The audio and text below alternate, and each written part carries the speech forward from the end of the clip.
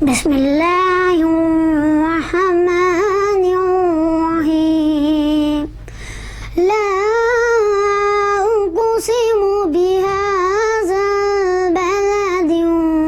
وانت حل بهذا البلد ووالد وما ولد لقد خلقنا الإنسان في كبد أيحسب أن لم يقدر عليه أحد يقول أهلكت مالا لبدا أيحسب أن لم يره أحد ألم نجعل له عينين ولسانا وشفتين وهديناه النجدين فلاقتحم العقبة وما أدراك ما العقبة صدق اللہ العلی العظیم. کیسے ملتا ہے خدا دیکھ لیا ہے میں نے. کیسے ملتا ہے خدا دیکھ لیا ہے میں نے. جا کے خود کے بو بلا دیکھ لیا ہے میں نے. کیسے ملتا ہے خدا دیکھ لیا ہے میں نے. تیرے خیمے کا دیا دیکھ لیا ہے میں نے. تیرے خیمے کا دیا دیکھ لیا ہے میں نے. کتنی بے بس ہے ہوا دیکھ لیا ہے میں نے. تیرے خیمے کا دیا دیکھ لیا ہے میں نے. روز کش کول اٹھائے چلا آتا ہوں حسین. روز کش کول اٹھائے چلا آتا ہوں حسین. تیرا دروازہ کھلا دیکھ لیا ہے میں نے. تیرے خیمے کا دیا دیکھ لیا ہے میں نے. حاذ من فضل حسین ابن علی و زہرا. حاذ من فضل حسین ابن علی و زہرا. حور کے ماتھے پہ لکھا دیکھ لیا ہے میں نے، کیسے ملتا ہے خدا دیکھ لیا ہے میں نے۔ مشکلیں جانے اور اب جانے علمدار حسین، مشکلیں جانے اور اب جانے علمدار حسین، جانب کرب و بلا دیکھ لیا ہے میں نے، جانب کرب و بلا دیکھ لیا ہے میں نے، تیرے خیمے کا دیا دیکھ لیا ہے میں نے۔ من الشیطان اللعین الرجیم، بسم اللہ الرحمن الرحیم، رب اشرح لی صدری ویسر لی امری واحلل عقدۃ من لسانی یفقہوا قولی، اللہم انطقنی بالہدی والہمنی التقوی ووفقنی الی ما تحب ربنا وترضی۔ الحمد للہ رب العالمین، الحمد للہ الذی ہدانا لہذا وما كنا لنهتدي لولا أن هدانا الله، الصلاة والسلام على أشرف الأنبياء والمرسلين حبيب إله العالمين بالقاسم المصطفى محمد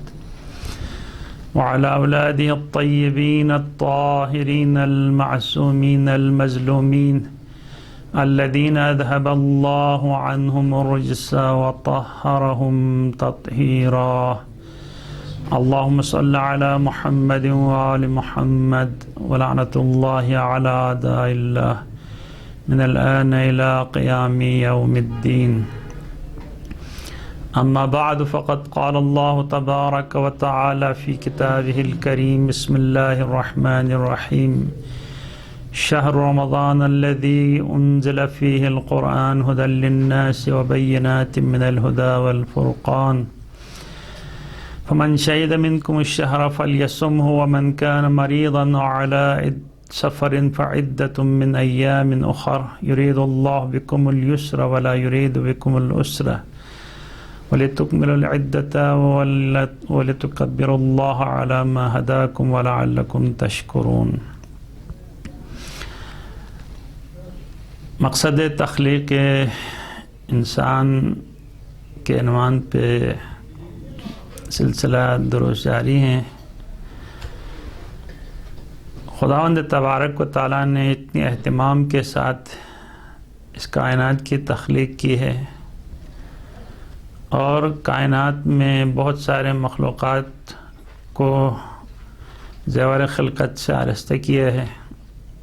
اور ان میں سے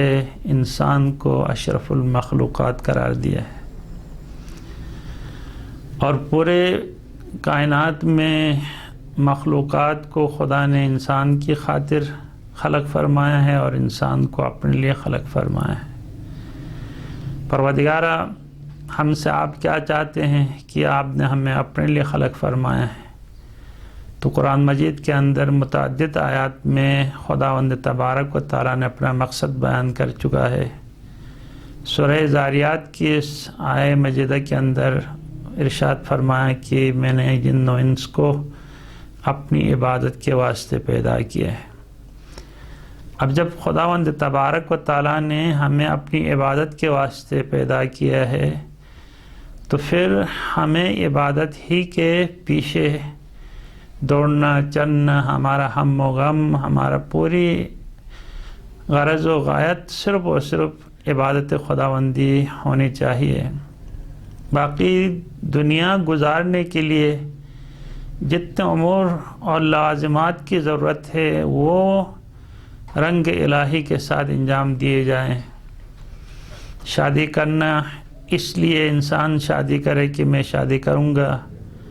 تو گناہ سے محفوظ رہوں گا، اپنے پیچھے اپنی نیک صالح اولاد چھوڑوں گا جو خدا کی اطاعت اور بندگی کرے گی، اس عنوان سے شادی گھر بنائے گا، اس عنوان کے ساتھ گھر بنائے کہ میں اس گھر میں خدا کی عبادت بجا لاؤں، خدا کے محبوب بندوں کو یہاں پہ مدعو کروں گا، افطاری دوں گا، انہیں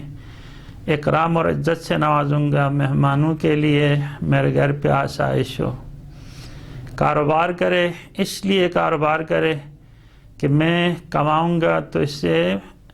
خمس بجا لاؤں گا، حج بجا لاؤں گا، زکوٰۃ دوں گا، غریبوں، فقیروں، مسکینوں، ایتام کے پر انفاق کروں گا، اور اپنے واجب النفقہ عیال کی سرپرستی کر سکوں گا، ان کی کفالت کر سکوں گا۔ یعنی کوئی بھی کام دنیا میں ہو وہ انسان رنگ الہی کے ساتھ انجام دے تو وہ عبادت ہے، پھر اس کو دنیا نہیں کہا جاتا ہے، اس کو آخرت ہی آخرت کہا جاتا ہے۔ دنیا وہ ہے جس میں انسان مشغول ہو کے خدا کو فراموش کر لے، جس طریقے سے سورہ منافقین کے اندر خداوند تبارک و تعالیٰ نے ارشاد فرمایا ہے، یا ایھا الذین آمنوا لا تلہکم اموالکم ولا اولادکم عن ذکر اللہ ومن یفعل ذلک فاولئک هم الخاسرون۔ اے صاحبان ایمان، آپ کی اولاد اور آپ کی اموال آپ کو یاد خدا سے غافل نہ کر دے۔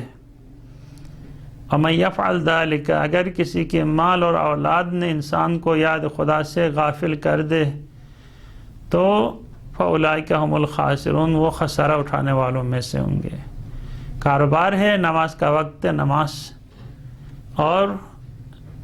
کسی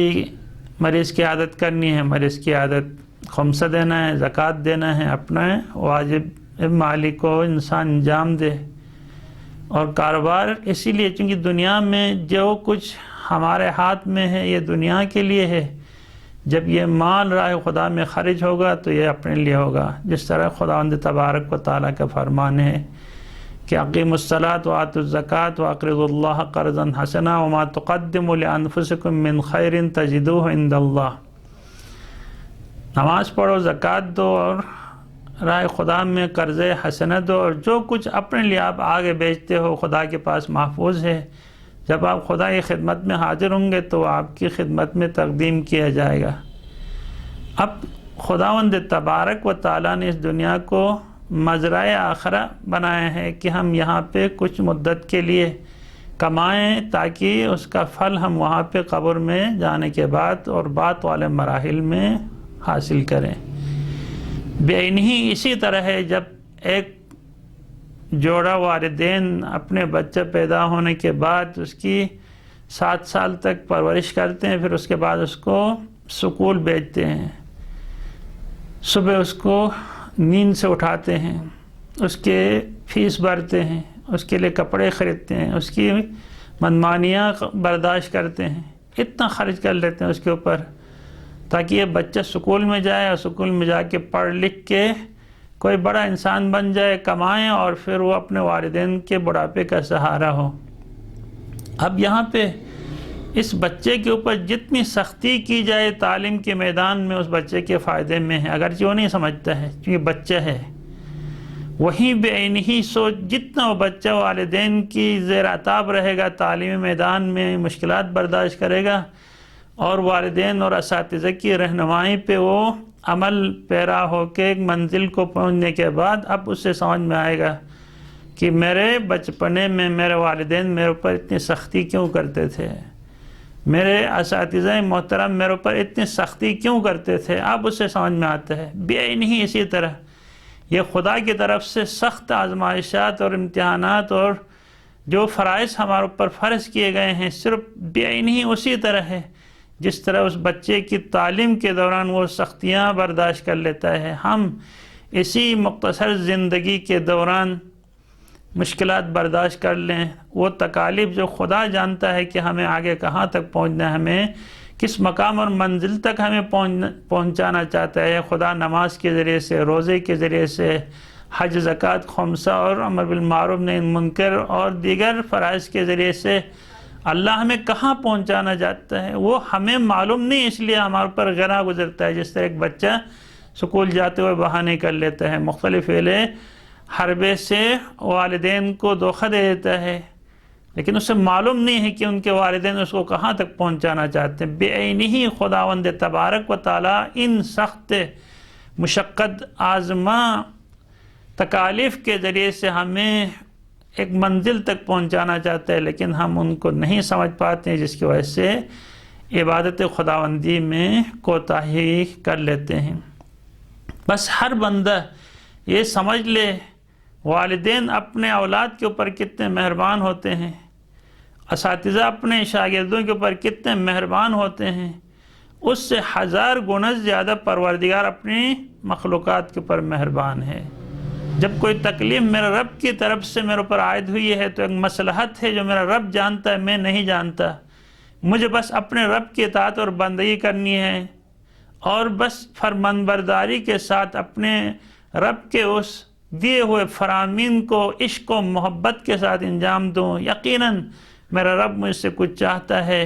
تاکہ میرا رب مجھ سے راضی ہے، جو میرے ہر چیز کا مالک ہے، میں کھاتا اس کا ہوں، چلتا اس کی زمین پہ ہے، عیاشی میں اس کی نعمتوں سے کر لیتا ہوں، تو بس مجھ سے میرے رب کی رضا کے لیے بھی کوئی ایسا قدم ہو۔ جس طرح والدین اپنے بچوں میں سے اس بچے سے سب سے زیادہ خوشحال ہوتے ہیں، راضی ہوتے ہیں جو بچہ سب سے زیادہ اپنے والدین کا احترام کرتا ہے، فرمانبردار ہے، اپنے والدین کا سب سے زیادہ احترام کر لیتا ہے، ان کی خوشنودی حاصل کرنے کے لیے جدوجہد کرتا ہے، اس بچے کو والدین بھی پسند کرتے ہیں۔ شاگردوں میں سے اس شاگرد کو اساتذہ پسند کرتے ہیں جو شاگرد سب سے زیادہ استاد کا مطیع اور فرمانبردار ہو، محنت کر کے استاد کا دیا ہوا سبق یاد کرتا ہو، ہوم ورک کر لیتا ہو اور استاد کے فرامین کو ہو بہو انجام دیتا ہے جیسا استاد چاہتا ہے۔ تو اساتذہ ایسے شاگردوں کے اوپر فخر کرتے ہیں، ناز کرتے ہیں، ان کو دعائیں دیتے ہیں اور ایسے بچے کامیابی سے ہمکنار ہوتے ہیں۔ بس یہ جو تکالیف ہیں روزے کی، نماز کی، زکوٰۃ کی، اور اس کو بظاہری دنیاوی سوچ کے ساتھ دیکھا جائے تو واقعاً بہت مشکل ہے۔ انسان کیوں دن صبح فجر سے لے کے شام مغرب کی اذان تک کھائے پیے بیٹھے رہے، جب سے عیاشی کو ترک کرے؟ کیوں؟ چونکہ وہ مقصد فرض احکام کو نہیں پہنچ پاتا، نہیں سمجھ پاتا ہے، اللہ کی حکمت سے آگاہ نہیں ہے، اپنے رب کو اس طرح نہیں پہچانا ہے جس طرح پہچاننا چاہیے، تو یہ چیزیں اس کے اوپر گراں گزرتی ہیں۔ لیکن بامعرفت افراد عشق و محبت کے ساتھ روزے رکھتے ہیں، اور میں نے دیکھا ہے بہت سارے لوگوں کو جب ہم ماہ رمضان مبارک کی آخری دعائے وداع پڑھ لیتے ہیں تو بہت سارے مومن روتے ہیں، ماہ مبارک کے چلے جانے کے غم میں، افسردگی میں روتے ہیں، آنسو بہاتے ہیں۔ اس مہینے میں جو معنوی لذائذ سے مستفید ہوئے ہیں اس سے محرومیت پہ دکھ اور درد کا اظہار کر لیتے ہیں، اور بہت سارے لوگ بہت خوشی مناتے ہیں کہ اب ماہ رمضان سے جان چھوٹ گئی، عید آئی اور بس اس کے بعد انسان عیاشی کر لے۔ تو ایسے موقع پہ انسان اپنے رب کی اطاعت کرے، یہ سمجھ کے کہ میرا رب جو کچھ کہا ہے میرے مفاد میں کہا ہے۔ اب ہم اپنے رب کی اس طرح بندگی کریں جس طریقے سے رب چاہتا ہے کہ ہم اس کی بندگی کریں۔ حدیث معراج میں ہے جب رسول خدا معراج پہ لے جائے گئے اور وہاں پہ بہت ساری چیزوں کو دکھایا گیا، جہنم اور جنت کو دکھایا گیا، خداوند تبارک و تعالیٰ کے ساتھ قاب قوسین کی منزل پہ پہنچنے کے بعد، اوادنا کی منزل پہ پہنچنے کے بعد خداوند تبارک و تعالیٰ کے ساتھ ہم کلام ہوئے، اور پھر وہاں پہ جو باتیں ہوئیں وہ معراجیات کے نام پہ کتب احادیث کے اندر موجود ہیں، بہت سبق آموز احادیث موجود ہیں۔ سورہ بقرہ کی آخری آیات آخری جو آیات ہیں ان آیات میں خداوند تبارک و تعالیٰ اور خداوند تبارک و تعالیٰ کے پیغمبر کے درمیان جو کچھ ہوا ہے، ربنا لا تؤاخذنا ان نسینا او اخطانا، ربنا ولا تحمل علینا اسرا کما حملتہ علی الذین من قبلنا، پروردگار وہ سختیاں جو ہم سے پہلے قوموں کے اوپر آپ نے ڈال دی تھیں وہ سختیاں ہمارے اوپر نہ ڈالنا۔ پروردگار ہم سے کوئی بول چوک ہو جائے، خطا ہو جائے تو ہمیں اس خطا اور بوک چوک پہ ہمیں مورد عذاب اور سختی قرار مت دینا۔ یہ پیغمبر نے اپنے رب سے جو فرمائش کی، اس فرمائش کے نتیجے میں جو کچھ حاصل ہوا انشاءاللہ آپ کی خدمت میں بیان ہوگا۔ اب اس حدیث معراج میں سے ایک حدیث سے خداوند تبارک و تعالیٰ اپنے محبوب سے عرض کرتا ہے، یا احمد حل تدری متی یکون لی العبد عابدا، احمد آپ جانتے ہو کہ میرا بندہ کب میرا عابد بندہ کہلاتا ہے، میرا بندہ کب عابد بن جاتا ہے؟ تو پیغمبر کہتا ہے قال اللہ، کہ میں نے نہیں پہچانا کہ آپ کا عابد بندہ کب بن جاتا ہے۔ تو یا رب، لا یا ربی، میں نہیں جانتا پروردگار، آپ ہی بہتر جانتے ہیں۔ تو قال، خداوند تبارک و تعالیٰ نے فرمایا اذا اجمع فیہ سبع خصال، یا اذا اجمع فیہ سبع خصال، جب کوئی بندہ اپنے اندر 7 خصلتوں کو جمع کر لے، 7 عادتوں کو اپنے اندر، 7 اچھائیوں کو اپنے اندر جمع کر لے تو پھر وہ بندہ خدا کا عابد بندہ کہلاتا ہے۔ سب سے پہلے ورع یحجزہ عن المحارم، خدا کا وہ بندہ عابد ہے جس کے اندر ایک ایسی پرہیزگاری ہو جو پرہیزگاری انسان کو محارم سے روک لے۔ جو پرہیزگاری، جیسے تقوی بھی کسے کہتے ہیں، عدالت کسے کہتے ہیں، انسان کے اندر ایک ایسا ملکہ ہوتا ہے، ایک ایسی عادت ہوتی ہے، ایک ایسی توانائی اور قوت ہوتی ہے، جس عادت، اس توانائی اور قوت کے ذریعے سے وہ انسان گناہوں سے بچ پاتا ہے۔ یہ عادت اس کو گناہوں سے دور رکھتی ہے، گناہ کے قریب نہیں جاتا ہے، اس کہتے ہیں ورع، جو تقوی سے بھی بالاتر منزل پہ ہے۔ ورع یحجزہ عن المحارم، وہ بندہ عابد نہیں بن سکتا جب تک اس کے اندر وہ ورع نہ ہو جو گناہوں سے اسے نہ روک لے۔ عابد بندے کے اندر ورع ہونا چاہیے جو گناہوں سے اس کو بچا لے۔ دوسرا ہے وَصُمْتٌ يَكُفُّهُ عَمَّا لَا يَعْنِيهِ، مومن ہمیشہ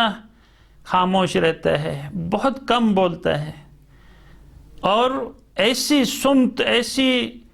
خاموشی جو خاموشی انسان کو فضول باتوں سے روک لے، کیونکہ اکثر و بیشتر تقریباً 200 گناہوں کا تعلق انسان کی زبان سے مربوط ہے، اور انسان جب اپنے زبان پہ لگام دے دیتا ہے، بولنے میں خاموشی اختیار کر لیتا ہے، تو اتنے سارے گناہوں سے محفوظ رہتا ہے۔ غیبت جو ہم ماہ رمضان المبارک میں بھی بیٹھ کے 2 افراد جب بیٹھتے ہیں تو بات شروع ہو جاتی ہے تو غیبت کر لیتے ہیں، اور غیبت کے دوران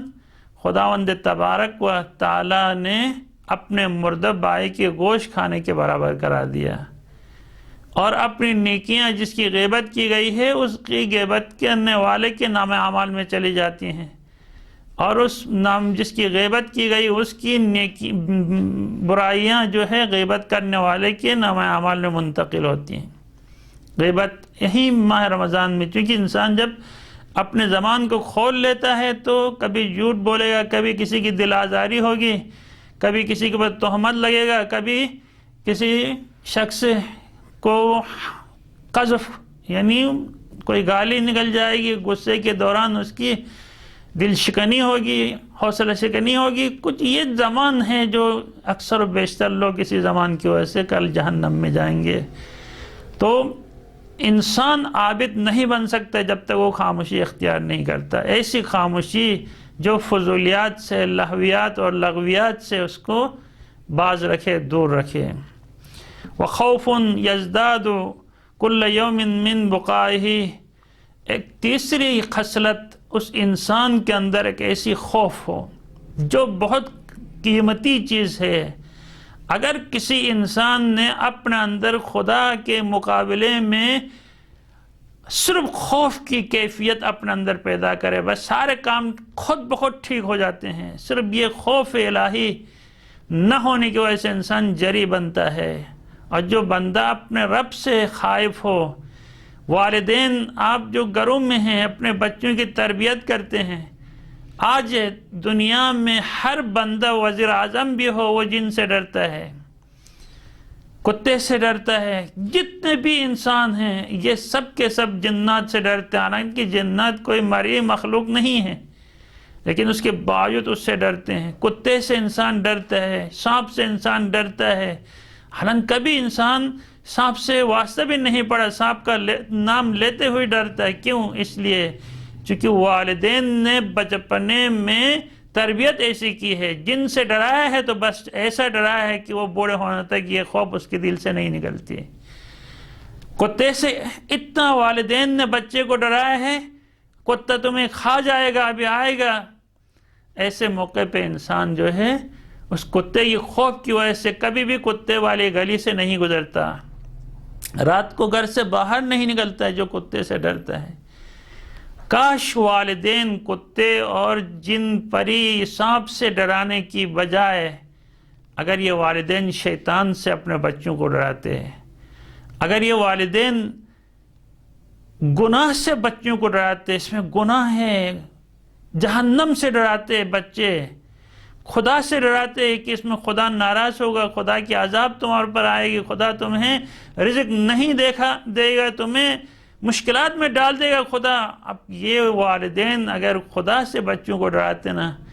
تو جتنا ہم جن سے ڈر کے گھر سے باہر نہیں نکلتے، اسی طرح ہم خدا سے ڈر کے وہ کام نہ کرتے جو خدا کو ناپسند ہیں۔ لیکن یہ والدین کی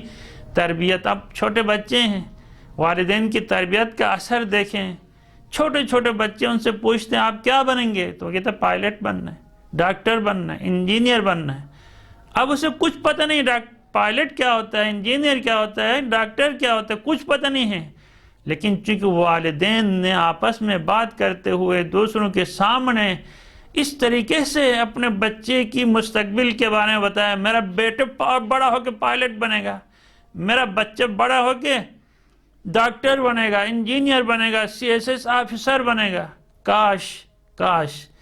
ایسے والدین اپنے بچوں کو دنیا دار بنانے کی بجائے کہتے ہیں میرا بیٹا فقیہ بنے گا، میرا بیٹا مجتہد بنے گا، میرا بیٹا عالم دین بنے گا، میرا بیٹا ملت کا خدمتگار بنے گا، میرا بیٹا غریبوں، مسکینوں، یتیموں کا آسرا بنے گا۔ کاش اس طریقے سے والدین اپنے بچوں کی تربیت کرتے بچپنے سے تو آج یہ ماحول ایسا نہ ہوتا کہ غریبوں پہ اگر کوئی انسان رحم کر کے مال انفاق کر لیتا ہے تو امیر کھا جاتے ہیں۔ گورنمنٹ اگر بے نظیر انکم سپورٹ پروگرام کے تحت غریبوں کے لیے کوئی فنڈ معین کرے تو 17 گریڈ کے آفیسر اپنے بیوی کے نام پہ شفٹ کرواتے ہیں۔ یہ صرف اور صرف اس لیے چونکہ والدین نے اپنے بچوں کی تربیت نہیں کی، ان کو دنیا دار بنایا، ان کو خدا نے انسان پیدا کیا تھا، والدین نے اپنے بچوں کو جانور بنا لیا، کیڑے مکوڑے بنا لیا، کیونکہ مال سمیٹنا، مال حاصل کرنا، اپنی جائیداد بنانا اور اس میں اضافہ کرنا یہ تو حیوانیات ہیں، یہ انسانوں سے اس کا تعلق نہیں ہے۔ لہٰذا والدین کا اثر اپنے بچوں کے دل میں ایک خوف پیدا کرے، جو خوف انسان کو ہر روز اس کی رولانے میں اضافہ کر دے کہ یہ خوف خدا کی وجہ سے اپنے گناہوں کو یاد کر کے، خدا کی نعمتوں کی شکریہ میں کمی کا احساس کر کے میں نے خدا کی نعمتوں میں کتنی کوتاہی کی شکریہ بجا لانے میں، کتنے میں نے جرأت کی خدا کے مقابلے میں خدا کے احکام کی پامالی کرتے ہوئے۔ یہ خوف کی وجہ سے اس کے دل میں جو پیدا کی جاتی ہے، اس خوف کی وجہ سے اس کی گریہ میں اضافہ ہوتا ہے۔ اور جب ایک انسان اپنے آنکھوں سے خوف خدا کی وجہ سے ایک آنسو بہا لیتا ہے تو خداوند تبارک و تعالی اس آنسو کی قیمت کو شہید کے خون کی قیمت کے برابر سمجھتا ہے۔ اور اسی اگر کوئی بندہ ایک خوف خدا کی وجہ سے، شوق لقاء اللہ کی وجہ سے، خدا کی شکر میں کمی اور کوتاہی کی وجہ سے اپنے آنکھوں سے آنسو بہا لیتا ہے تو کہتا ہے فَإِنَّ لَكَ يُبْنَى لَكَ بِكُلِّ دَمْعَةٍ أَلْفُ بَيْتٍ فِي الْجَنَّةِ۔ پیغمبر اپنے جانشین سے کہتے ہیں مولا کائنات سے، اگر ایک خوف خدا کی وجہ سے قطرہ آنسو کا بہے تو آپ کے لیے 1000 گھر جنت میں خداوند تبارک و تعالی بنا لیتا ہے۔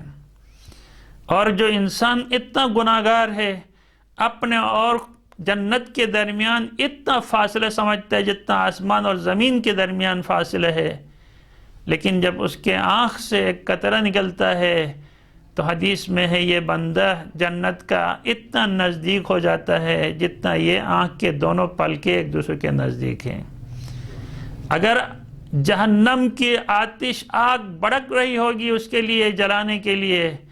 اگر کل قیامت کے دن اس کے خوف کی وجہ سے آنکھوں سے نکل جانے والے قطرے وہاں پہ ڈال دیے جائیں گے تو یہ آگ گلزار بن جائے گی، وہ خاموش ہو جائے گی۔ یہ خوف خدا کے، لیکن ہر کسی کی قسمت میں نہیں ہوتا جس کے دل میں خوف خدا ہوگا۔ اور ماہ رمضان المبارک میں مومنوں مسلمانوں آپ کو نسخہ بتا دیتا ہوں، یہ جو حدیث میں آیا ہے کہ افضل عبادت الصمت والشکر، سب سے افضل عبادت خاموشی اور خدا کا شکر ہے۔ اگر کوئی بندہ خاموش رہے یا صوم روزہ رکھے اور کم کھائے، خدا شاید تھے آنکھوں سے آنسو افطاری کے وقت بھی نکل آئیں گے، سحری کے وقت بھی نکل آئیں گے۔ جب بھی خدا کی یاد میں خلوت میں بیٹھے گا تو اس کی آنکھوں سے آنسو جاری ہوں گے۔ جب ہم زیادہ بات کرتے ہیں تو ایک قسم کا حجاب ہمارے اوپر آ جاتا ہے، جب زیادہ ہم کھانا کھا لیتے ہیں تو عبادت کے لیے رکاوٹیں کھڑی ہو جاتی ہیں اور پھر فکر کرنے کی صلاحیت سلب ہو جاتی ہے اور پھر انسان اپنا آپ کو خدا سے بہت دور سمجھتا ہے۔ اور خداوند تبارک و تعالیٰ جو پہلے درس میں آپ کی خدمت میں عرض کیا تھا کہ آپ اپنے آپ کو زاہدانہ زندگی گزارو تو آپ کے دل خدا کا مشاہدہ کریں گے۔ اور وہ حیا، چوتھی خصلت انسان کے اندر ایک ایسی حیا ہو، یستحیی منی فی الخلا، دوسروں کے سامنے تو ہر کوئی حیا محسوس کرتا ہے۔ اگر کوئی چوری کرنے کے لیے جائے، اس کا کوئی دوست مل جائے، اس دوست سے حیا کی وجہ سے چوری کرنے کا ارادہ چھوڑ دیتا ہے۔ کسی اور جنسی گناہ کی طرف جا رہا تھا، راستے میں کوئی عالم دین اس سے مل جائے تو اس عالم دین سے حیا کر کے اس گناہ کو ترک کر لیتا ہے۔ یا کوئی بندہ داڑھی کاٹنے کا عادی ہے، جب عالم دین اس کے سامنے آتا ہے تو وہ اپنے منہ کو چھپا لیتا ہے یا پیٹ پھیر کے چلے جاتے ہیں حیا کر کے کہ عالم دین مجھے ڈانٹ نہ لے یا مجھے منع نہ کر لے، میرے سامنے اپنے آپ کو عالم دین کا سامنا کرتے ہوئے ڈرتا ہے۔ یا اکثر و بیشتر ہوتا ہے کہ نامحرموں کے ساتھ ہاتھ ملانا خدا کے لیے ناپسندیدہ عمل ہے، ناپسندیدہ، حتیٰ فرشتے لعنت بھیجتے ہیں جب کوئی نامحرم مرد اور نامحرم عورت ایک دوسرے کے ساتھ ہاتھ ملاتے ہیں، جسم ملاتے ہیں، تو فرشتے اور خدا ان کے اوپر لعنت بھیجتا ہے۔ لیکن جب عالم آتا ہے تو بعض اگر متقی پرہیزگار عالم ہوں تو لوگ جرأت نہیں کرتے ان کے سامنے آ کے ہاتھ ملانے کے لیے۔ بے دین عالم ہو تو پھر وہ ان میں کچھ فرق نہیں ہوتا ہے، لہٰذا وہ ایک ہی قسم کے ہوتے ہیں، لہٰذا وہ ایک دوسرے ہاتھ ملا لیتے ہیں، مسائل بھی بڑھ جاتے ہیں۔ لیکن لوگ حیا کرتے ہیں جلوتوں میں، لیکن خدا کہتا ہے عابد بندہ وہ ہوتا ہے اس کے اندر ایک ایسی حیا ہوتی ہے جو خلوتوں میں مجھ سے حیا کر لیتا ہے۔ جب کہیں پہ کوئی نہ ہو تو وہاں پہ گناہ کا مرحلہ آتا ہے تو وہ مجھ سے حیا محسوس کر کے گناہ سے دستبردار ہوتا ہے، وہ میرا حقیقی عابد بندہ ہے۔ اور پانچویں صفت جس کے اندر ہونا چاہیے عابد ہونے کے لیے، وَأَقْلُ مَا لَا بُدَّ منہ، اتنا کھائے جتنا کھانے سے اس کی رمق حیات باقی رہے، اتنا کھائے کہ اس سے رمق حیات باقی رہے۔ جب تک میری ملاقات کی شوق میں، میری اطاعت اور بندگی اور عبادت کی شوق میں، چونکہ زیادہ کھانے سے عبادت میں رکاوٹ آ جاتی ہے، اس لیے اتنا کھائے کہ اس کی جسمانی طاقت بحال رہے تاکہ وہ عبادت کر سکے، تب وہ بندہ عابد بندے کہلاتا ہے۔ اور چھٹی صفت یہ ہے وَيُبْغِضُ الدُّنْيَا لِبُغْضِ لَهَا، میرا عابد بندہ عابد نہیں بن سکتا ہے جب تک دنیا سے بغض و عداوت نہ رکھے۔ کیوں؟ کیونکہ میں بغض رکھتا ہوں دنیا سے۔ بس جو میرے ساتھ دوستی کرتا ہے تو میں جس چیز کو دوست رکھتا ہوں اسے دوست رکھے گا، میں جس چیز سے نفرت کرتا ہوں اس چیز سے نفرت کرے گا۔ تو دنیا سے میں نفرت کرتا ہوں چونکہ دنیا ہے انسان کو کیا کرتی ہے؟ دھوکے میں رکھتی ہے اپنے رب کے بارے میں۔ وَلَا يَغُرَّنَّكُمُ الْحَيَاةُ الدُّنْيَا وَلَا تَغُرَّنَّكُمْ الْحَيَاةُ الدُّنْيَا وَلَا يَغُرَّنَّكُمْ بِاللَّهِ الْغَرُورُ۔ لوگو تم ان وعد اللہ حق، خدا کا وعدہ حق ہے، کہیں ایسا نہ ہو دنیا کی زندگی تمہیں رب کے بارے میں دھوکے میں نہ رکھے، شیطان ملعون آپ کو رب کے بارے میں دھوکے میں نہ رکھے۔ بس ایسے میں انسان جب تک ان چیزوں کو پسند کرے جو خدا پسند کرتا ہے، ان چیزوں سے نفرت کرے جن چیزوں کو خدا نفرت کرتا ہے، تو تب تک وہ بندہ عابد نہیں بن سکتا۔ وَيُحِبُّ الْأَخْيَارِ بِحُبِّ إِيَّاهُمْ، اور نیک لوگوں سے جب تک عابد کوئی بھی انسان نیک لوگوں سے محبت نہیں کرے گا، میں چونکہ ان سے محبت کرتا ہوں، تب وہ عابد نہیں بنتا۔ وہ عابد بن نہیں سکتا جو خدا کے نیک بندوں میں سے کسی بندے کی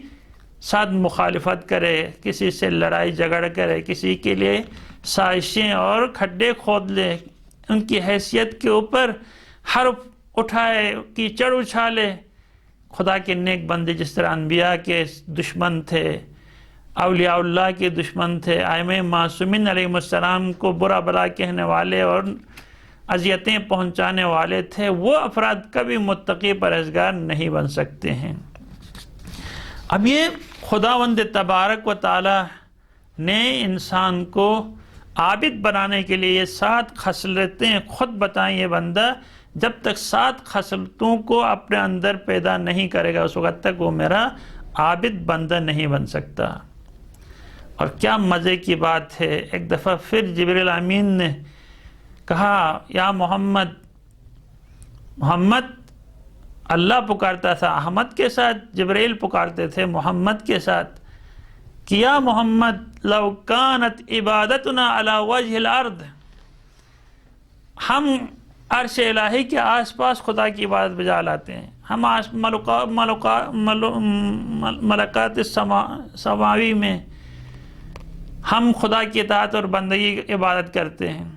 لیکن اگر ہمیں دنیا میں عبادت کرنے کا حکم دیا جاتا تو ہم کیا کرتے؟ یہ بہت عمدہ اور بہت ہی خوبصورت بات جناب جبریل امین نے بتا دی، اپنی خواہش کا اظہار کیا ہے یا محمد اگر ہم دنیا میں ہوتے اور ہمارا عبادت کرنے کا جگت دنیا ہوتی تو ہم دنیا میں عمل کرتے ثلاث خصال، ہم دنیا میں 3 کام کرتے جو آج ہم دنیا والوں کے لیے واقعاً بہت بہترین درس ہے۔ سقی الماء، لوگوں کو پانی پلاتے، دیکھ کیا بات ہے۔ جناب جبرائیل کہتے ہیں اگر دنیا میں ہماری عبادت ہوتی تو جو عبادت کرتے ہم بیٹھ کے تسبیح پڑھنا ہی عبادت نہیں ہے، نمازیں پڑھنا ہی عبادت نہیں ہے، صرف روزے رکھنا بھی عبادت نہیں ہے، وہ عبادت کا حصہ ہیں۔ یہ ساری چیزیں عبادت ہیں جس سے خدا سب سے زیادہ راضی اور خوشنود ہو جائے۔ کسی تشنہ جگر کو سیراب کرنا خدا کو بہت پسند ہے، کسی محتاج اور مجبور کی مدد کرنا خدا کو بہت زیادہ پسند ہے۔ حدیث میں ہے اگر کوئی بندہ 1 گلاس پانی دنیا میں کسی پیاسے کو پلائے تو گویا کربلا کے میدان میں اس نے امام حسین علیہ السلام کو پانی پلایا، اتنا اجر و ثواب ہے۔ اور ماہ رمضان مبارک میں کاش ہم ایسے ہوتے، گلاس گلاس پانی لے کے روزہ داروں کی افطار کے وقت پیچھے پڑتے، چونکہ اس سے خدا بہت زیادہ راضی۔ خود افطار کروانے کا فائدہ، اجر ثواب، ایک غلام کو آزاد کرنے کا، جہنم سے آزادی کا پروانہ ملتا ہے ایک بندے کو افطار کروانے سے، اور پھر ایک پیاسے کی پیاس بجھانا۔ جبرائیل کی خواہش دنیا میں ہوتا تو یہی کام کرتا ہے۔ وَآنَهُ أَصْحَابَ الْعَيَالِ، اور کیا کرتا ہے؟ وَإِعَانَةَ أَصْحَابِ الْعَيَالِ، دنیا میں ہوتا تو میں دوسرا جو کام کرتا وہ یہ، جو بہت سارے بچوں کے والدین ہیں، جس کے گھر میں زیر کفالت افراد کی تعداد بہت زیادہ ہے، ایک گھر میں کئی بچے ہیں، والدین بھی ساتھ ہیں، بھائی لوگ بھی ساتھ ہیں، کمانے والا ایک ہے، تو ایسے ایک کمانے والے کے لیے واقعاً ان سب کی کفالت بہت سخت اور گراں ہے۔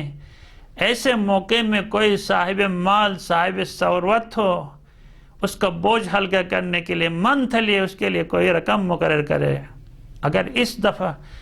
ماشاءاللہ بہت سارے ہمارے بڑے بڑے آفیسران ہیں، بڑے بڑے مالدار ہیں، کاروباری ہیں، دکاندار ہیں، ٹھیکیدار ہیں،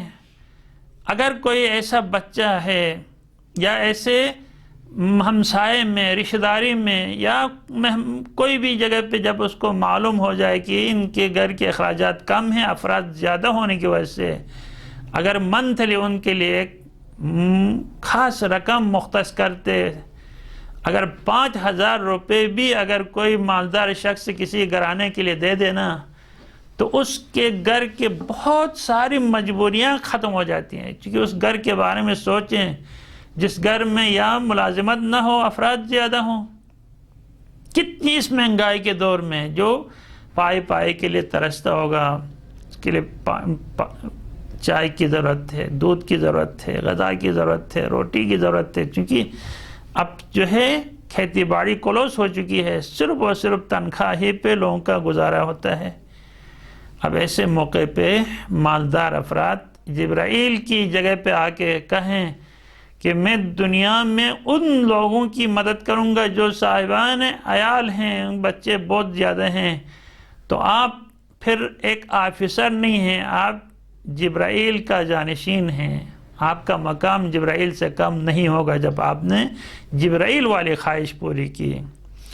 اور پھر تیسرا کام جو آج ہمارے لیے بہت بڑا عنوان اور درس ہے،